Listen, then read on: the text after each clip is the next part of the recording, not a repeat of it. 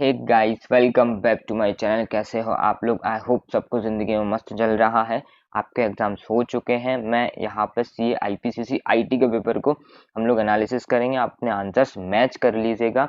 और मैंने जितने स्टूडेंट्स ने मेरे लेक्चर्स देखे थे, जो मैंने फ्री ऑफ कॉस्ट यूट्यूब पे अपलोड किए हुए थे, सारा का सारा उन लेक्चर्स के अंदर आया हुआ है। हमने सब कुछ लेक्चर्स में पढ़ा था, वही चीज़ें एग्जाम में पूछी गई हैं। और पूरा का पूरा पेपर स्टडीमेट से आया था और हमने सारे लेक्चर्स में स्टडीमेट पूरा कवर किया था और पेपर बहुत आसान था। आपका एग्जामिशन आना पक्का है। अगर आपने मेरे लेक्चर्स आपने देखे हुए थे तो आपकी एग्जामिशन आना पक्का है। ठीक है, एक बार आप अपने आंसर्स मैच कर लीजिएगा। और एक चीज़ और, जिस स्टूडेंट ने ऑप्ट आउट किया हुआ था और वो इस वीडियो को देख रहे हैं, तो और आपने लेक्चर्स नहीं देखे, तो जाके वही के वही सेम के सेम लेक्चर है, 18-20 घंटे के हैं, जाके उठा के एक बार आप देख लो। मैं डिस्क्रिप्शन में लिंक डाल दूंगा। और 1 घंटे में मैंने पूरा का पूरा हेड पॉइंट आपको रिवाइज कराए हुए थे, तो आराम से आप 4 से 5 दिन लगेंगे आपको पूरा स्टडी बेड में अंडरलाइन करते जाओ कि भाई ये चीज़ पढ़नी है, ये नहीं पढ़नी है, ये करना है, ये नहीं करना है। ठीक है, ऑलमोस्ट मैंने सारी चीज़ें कवर की हुई थी। ठीक है, और 1 घंटे में रिवीजन लेक्चर 3-4 बार देख लो तो आपको चीज़ें ऑटोमेटिकली 50-60% अपने आप याद हो जाएंगी। ठीक है, तो आपका नेक्स्ट अटेम्प्ट जो भी रहेगा, ऑप्ट आउट किया है जिस स्टूडेंट ने, आराम से पास हो सकते हैं, आराम से एग्जामिशन भी आप स्कोर कर सकते हैं। ठीक है, तो हम एक बार आप मैच कर लीजिएगा कौन कौन सा आंसर आपने सही लिखा है, क्या क्या किया है, क्या क्या नहीं किया है। ठीक है, और उससे पहले एक चीज़ मैं आपको बता दूं, मिनिमम मिनिमम अगर आपने मेरे लेक्चर्स देखे हुए तो मिनिमम बता रहा हूँ 40 नंबर तो आप सिक्योर कर चुके हैं आराम से। क्योंकि देखो, इतना आसान पेपर आया हो, तो 35 मार्क का ये आईटी का थ्योरेटिकल पेपर है। ठीक है, 35 नंबर में से मैं मान के चल रहा हूँ आपके आराम से 20 नंबर आ जाएंगे। 20 नंबर आपके आना मिनिमम से मिनिमम मैं बात कर रहा हूँ, 20 नंबर आपके आ जाएंगे। ठीक है, उसके बाद 20 नंबर आपके आईटी के पेपर से आ गए। ठीक है, थ्योरेटिकल है जो भी। और उसके बाद एमसीक्यू, एमसीक्यू अगर आपके ऊपर नीचे भी गए तो 15 नंबर में मिनिमम मान के चल रहा हूँ, एमसीक्यू से आपके 15 नंबर आ चुके हैं। ये कितने हो गए भाई? 35। मिनिमम से मिनिमम मैं बता रहा हूँ 35 नंबर। और 5 नंबर में स्ट्रेटेजिक मैनेजमेंट के मान रहा हूँ कि कम से कम 5 नंबर तो आपके एसएम में आएंगे। तो ये टोटल कितने हो गए? 40 नंबर। ठीक है साहब, 40 नंबर आपके आराम से आ गए, तो इट मीन्स आप फेल नहीं होंगे इस अटेम्प्ट में। ठीक है, क्या इस अटेम्प्ट में आप फेल नहीं होंगे? कम से कम बता रहा हूँ, जिसने मेरे लेक्चर्स देखे हुए थे यूट्यूब पे, तो आराम से कह रहा हूँ एग्जामेशन आपकी आराम से जाएगी। 50 से 55 नंबर मिनिमम बता रहा हूँ आपके आने ही आने हैं। ठीक है सर, तो एक बार अब अपन यहाँ पे मैच कर लेते। ठीक है, तो पहला क्वेश्चन है, we are telecommunication are interconnected by the special purpose communication. पढ़ाना ठिकाना सबसे लास्ट लाइन पढ़ा करो। सबसे पहले क्या दे रखा हुआ है? Discuss in brief any 3 inter network processor. अब इंटर नेटवर्क प्रोसेसर के बारे में बात कर रहा है। 3 इंटर नेटवर्क प्रोसेसर बताओ कौन कौन से हैं। तो मैं जल्दी से स्क्रीनशॉट ले रखे हुए मैंने सारे आंसर्स के, मैं आपको लेके चलता हूँ। ये रहा 3 हमारे इंटर नेटवर्क प्रोसेसर्स, ये दे रखे हुए इंटर नेटवर्क प्रोसेसर। इसमें लिखना था switch, router, hub, bridge, repeater, gateway. इनमें से 6 में से 3 लिखना था और इनके अंदर की एक एक लाइन अपने को लिखनी थी। आराम से आपके मार्क्स आएंगे। ठीक है सर, इनमें से अपने को 3 लिखना था। पहला आंसर हो चुका है, जो कि बहुत सिंपल था, बहुत सिंपल था। ठीक है, दूसरे क्वेश्चन पे पहुंचते हैं हम। ये रहा हमारा दूसरा क्वेश्चन। पहले क्वेश्चन, फर्स्ट क्वेश्चन का part number B, right down the phases of the early framework of decision support system. Phases लिखना है किसके? डिसीजन सपोर्ट सिस्टम के हमको फेसेस लिखना है। चलो आ जाओ, आंसर देखते हैं हम।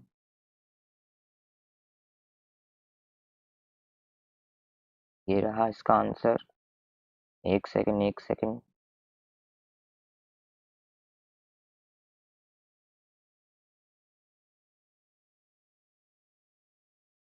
ये दे रखा हुआ है डिसीजन सपोर्ट सिस्टम के फेसेस। ये देखो लाइन भी इन्होंने क्या दे रखा है? The early framework of decision support system consist of 4 faces, intelligence, design, choice and implementation. ये 4 फेस और इसके अंदर का ये लिखना था।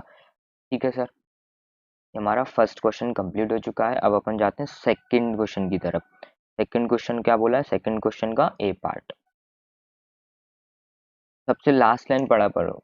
ठीक है, सबसे सबसे last line, any 6 business functions of business application based on nature of application। Application के नेचर ऑफ एप्लीकेशन के बेसिस पर अपने को any 6 functions of business application लिखना है। ठीक है सर, आ जाओ आपको आंसर दिखाता हूँ मैं।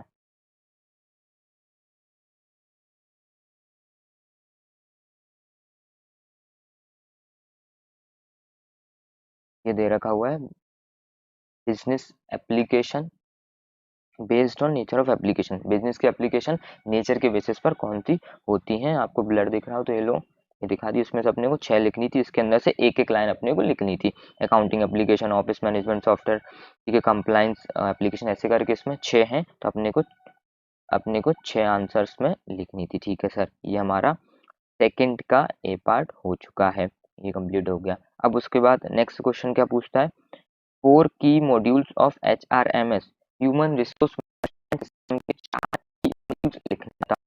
ठीक, तो की मॉड्यूल्स बता देता हूँ।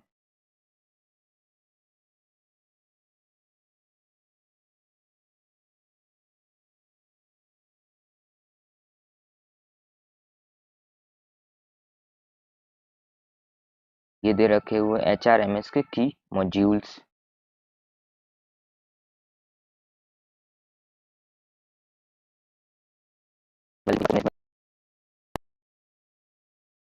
उसके आगे टाइम एंड अटेंडेंस, इसके अंदर एक एक लाइन अपने को लिखनी थी। ठीक है सर, के बाद और आगे मैं आपको बता देता हूँ।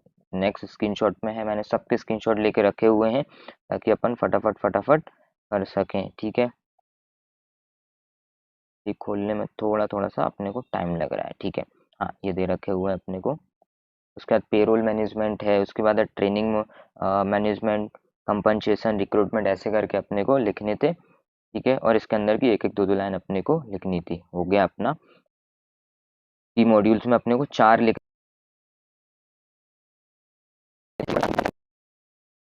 ठीक है सर, सेकंड क्वेश्चन भी अपना हो चुका है। अब जाते हैं थर्ड।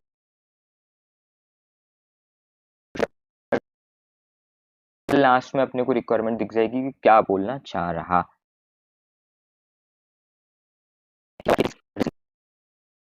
6 रिस्क बता दो कौन सी इन्वॉल्व रहती हैं। बहुत सारे टीचर्स इस क्वेश्चन को छुड़वा देते, लेकिन अपन ने इसको किया हुआ था। भैया रिस्क कौन कौन सी इन्वॉल्व रहती है मैं आपको बताता हूँ। ये रखी हुई, ठीक है, इधर रखी हुई है risk involve in e commerce, risk involve in e commerce, problem of anonymity, reputation, ये वाले ये 6 इसमें से अपने को लिखने थे, और इसके अंदर से एक एक लाइन उठा के अपने को लिखना था। अपना काम या आपका पेपर गया कैसा है, ये आपको आप मेरे को व्हाट्सएप करके जरूर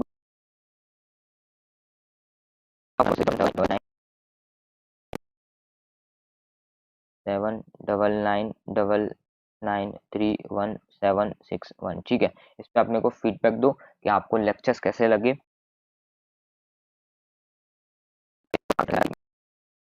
आगे EIS के लिए प्रिपेयर करूँ। ठीक है, और अपन अब आते हैं नेक्स्ट क्वेश्चन पे। थर्ड का बी पार्ट क्या बोला गया अपने से, discuss various dimension of feasibility study in system investigation. बोले तो SDLC में वेरियस डायमेंशंस बताने हैं। आ जाओ, चलो आंसर पे चलते हैं।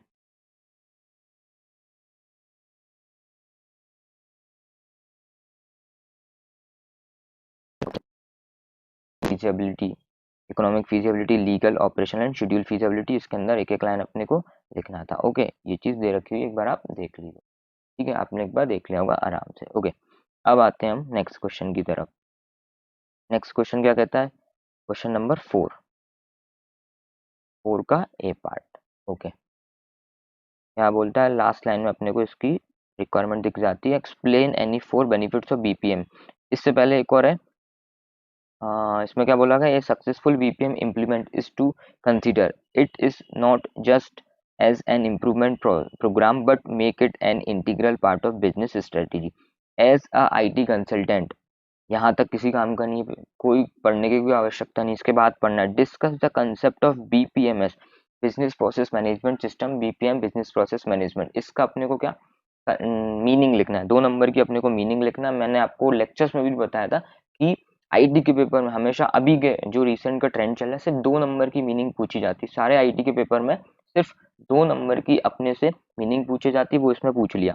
भैया BPM के बारे में कुछ लिखो, मीनिंग लिख दो 2-3 लाइन में। ठीक है, उसके बाद क्या लिखा गया, explain any 4 benefits of BPM के BPMS business process management system के 4 बेनिफिट लिखो और उसकी मीनिंग लिखो। ठीक है, अगर आपने मीनिंग नहीं भी लिखी तो कोई दिक्कत नहीं, कोई दिक्कत नहीं। मैंने आपको पहले बोला भी था कि अगर आपसे नहीं हो रहा है तो मीनिंग आप छोड़ के चले जाना, सिर्फ 2 मार्क्स की आती है। अगर लिखा है तो बहुत अच्छी बात, नहीं भी लिखा तो कोई इशू नहीं है, मीनिंग लिख दो। उसके बाद मैं आपको 4 बेनिफिट्स और बता देता हूँ, बीपीएमएस के 4 बेनिफिट दे रखे हुए हैं। बीपीएम है बेनिफिट्स ऑफ बीपीएम,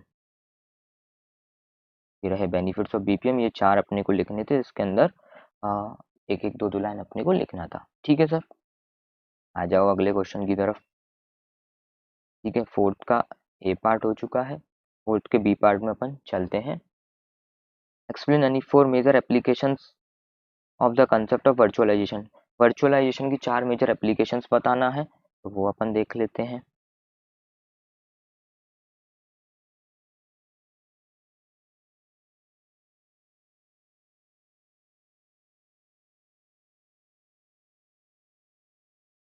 ये दे रखी है मेजर एप्लीकेशंस ऑफ वर्चुअलाइजेशन या सर्वर कंसोलिडेशन, डिजास्टर रिकवरी, ऐसे ऐसे करके अपने को 4 लिखनी थी और इसके अंदर से एक एक पॉइंट लिखना था। ठीक है सर, आई होप आपने सब आंसर्स लिख दिए हों। तो ऐसे करके हमारा क्वेश्चन नंबर 4 निपट चुका है।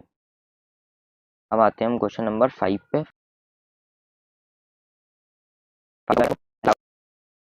बात कर रहा है, क्लाउड कंप्यूटिंग सर्विस के बारे में बात कर रहा है। ऊपर की लाइन किसी काम की नहीं है। Kindly explain to the employ of the enterprise about cloud computing. Cloud computing की मीनिंग लिखना था, एक्सेस ऑफ डाटा और information from anywhere at any time with the help of, sorry, cloud computing, हाँ यही था, एक्सेस ऑफ डाटा और information from anywhere at any time with the help of internet without worrying about maintenance of hardware और software resources. उसके बाद उसी में क्या पूछा गया, service model of cloud computing. Cloud computing के service model, IaaS PaaS SaaS CaaS NaaS, infrastructure as a service, platform as a service, network as a service, communication as a service and software as a service, ऐसे करके 5 अपने को लिखना था, यास PaaS SaaS CaaS नास। ठीक है, और उसके बाद नेक्स्ट क्वेश्चन क्या है, फिफ्थ का बी पार्ट।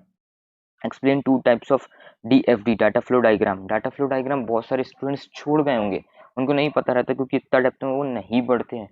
जिसने मेरे से लेक्चर्स लिए थे, जिसने यूट्यूब पे मेरे लेक्चर्स देखे थे, वो आराम से कर गया होगा क्योंकि मैंने ये पढ़ाया हुआ था। 2 तरीके के डीएफडी, डाटा फ्लो डायग्राम 2 तरीके के होते हैं। आंसर आपको दिखा देता हूँ। आंसर के मैंने ऐसे इसलिए ले रखे हुए हैं ताकि आप ये ना कह सको कि भाई ये क्वेश्चन कहाँ से आया, ये क्वेश्चन कहाँ से आया हुआ है। बहुत सारे स्टूडेंट यही सोचते हैं भाई ये क्वेश्चन कहाँ से आया है, समझ नहीं आ रहा है, स्टडी मेट से भी बाहर है। तो मैं बता दूं कोई से क्वेश्चन स्टडी मेट से बाहर नहीं है। ये देखो 2 तरीके के डीएफडीज होते हैं, data flow diagram, logical data flow diagram और फिजिकल डाटा फ्लो डायग्राम। उसमें क्वेश्चन में पूछा गया है एक्सप्लेन करना है, एक्सप्लेन करना है तो एक एक दो दो लाइन इसके अंदर से अपने को लिखना पड़ेगा, तब जाके वो पूरे मार्क्स देगा, नहीं तो वो आधे मार्क्स देगा। ओके, ये हमारा क्वेश्चन हो चुका है। देखो यहाँ पे एक्सप्लेन भी करने को बोल रहा है, एक्सप्लेन 2 टाइप्स ऑफ, मतलब 2 नंबर वो जब देगा तब आप उसको एक्सप्लेन करेंगे, एक एक देंगे सब। ठीक है, पार्ट क्या पूछ रहा है अपने को,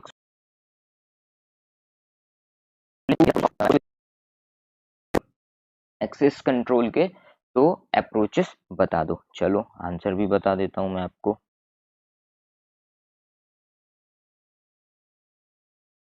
ये दे रखा हुआ है 2 approaches, role based and rule based. ठीक है, role based access control, rule based access control, ये 2 अप्रोचेस हैं। ओके, चलिए अब अगले क्वेश्चन की तरफ चलते हैं जो कि लास्ट है। फिफ्थ का सी पार्ट भी हमारा हो चुका है। ठीक है, और एक और में क्वेश्चन पूछा गया था, explain two broad type of knowledge. 2 type की नॉलेज बतानी है अपने को। तो एक होती है एक्सप्लिसिट नॉलेज और एक होती है टैकेड नॉलेज। ठीक है, मैं आपको बता देता हूँ उसका भी आंसर, स्क्रीनशॉट डाला हुआ है, उसका भी मैंने लिया हुआ था, ये दे रखी हुई है। नॉलेज मैनेजमेंट सिस्टम के अंदर 2 तरीके की नॉलेजेस होती है, एक्सप्लिसिट नॉलेज और टैकेड नॉलेज। ठीक है, ये 2 थी, इसके अंदर एक एक दो दो लाइन अपने को लिखना था। तो ये करके अपना सारा का सारा आईटी का पेपर अपन ने निपटा दिया है। पूरा का पूरा स्टडी मैथ से था और बहुत आसान था। और जिस स्टूडेंट ने अभी ऑप्ट आउट किया था उसका आने वाले टाइम में एग्जाम है, तो प्लीज़ जाके वो 18-20 घंटे के लेक्चर में जाके एक बार देख लो, आपका बेनिफिट हो जाएगा। फ्री ऑफ कॉस्ट सारी चीज़ें डाली हुई थी। ठीक है, कोई भी आपसे 1 रुपये भी नहीं लिया होता। ठीक है, बस मेरे को ये चीज़ चाहिए कि आप लोग सब पास हो जाएं, आराम से पास हो जाओ। ठीक है, इस बार का पेपर बहुत आसान था, हो सकता है नेक्स्ट अटेम्प्ट में पेपर आसान ना हो, इसलिए बोल रहा हूँ सारी की सारी चीज़ें करके जाओ, पढ़ के जाओ। और गाइस प्लीज़ मेरे को फीडबैक दो, व्हाट्सएप करो, मेरे को बताओ आपके पेपर कैसे गए हुए हैं, ITSM का और ऑडिट का भी मेरे को बताना कैसा गया हुआ है। ठीक है guys, bye bye, take care, मिलते हैं नेक्स्ट वीडियो में कुछ और कंटेंट के साथ।